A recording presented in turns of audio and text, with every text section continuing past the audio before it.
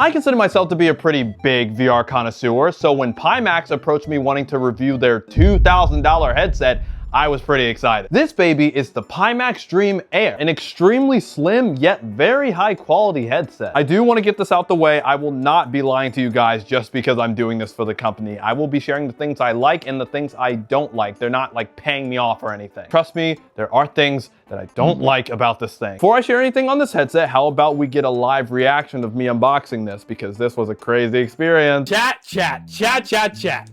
Was that good? Company sent me a $2,000 headset and we're opening it right now. Crazy how that didn't do anything. Yo, I'm actually so excited. Hold on, wait. Yo, this thing is slim. You should break it. If I break it, when I give it back, I'm gonna have to pay for it. How do I put this? Frick, how do I put this back on? I didn't break it. I didn't break it, chat. Now it's time to go over what I have in my notes is information for computer nerds. Now, I'm not one of those, but I did take some notes that I felt like were important. The eyelids, greens on the eyes. What are those called? Lenses, it's called the lenses. It weighs about 170 grams, and for people that don't know what that meant, like myself, I actually looked it up, and according to Google, that is 1 large banana or 2 medium-sized apples. The FOV has this concave view using pancake lenses. The minimum amount of specs you need to actually run this headset, trust me, this is very important, is an RTX 2080, and the recommended specs is an RTX 3070 and higher. I struggle with that one. The headset also has eye tracking in the case that wherever you look, the quality will increase to save RAM? Performance, to save it, performance. Now it's time to get into things I think are good and bad about the headset. Now I do want to throw this out there as a disclaimer. This is based off of my personal experience. I might just be dumb. It could just be my fault the things I say happen.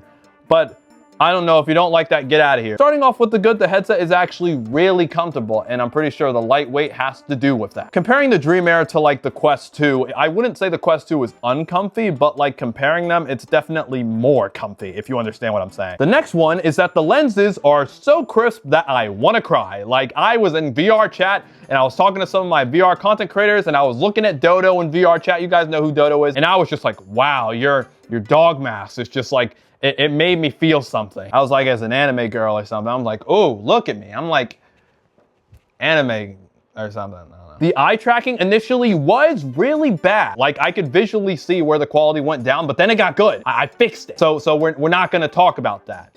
Except we are. Let's get into the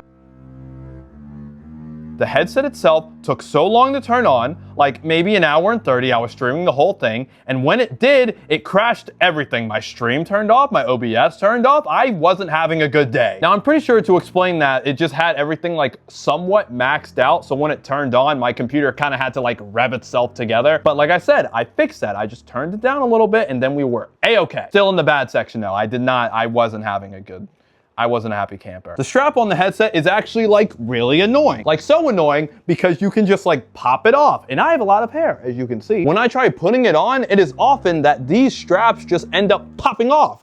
And there's nothing I can do about it. I was sitting here, I'm like, dang, I'm having a good time. Let me adjust. Oh, it just happened. Look, happens all the time and it's so annoying. More or less with this side being the right side.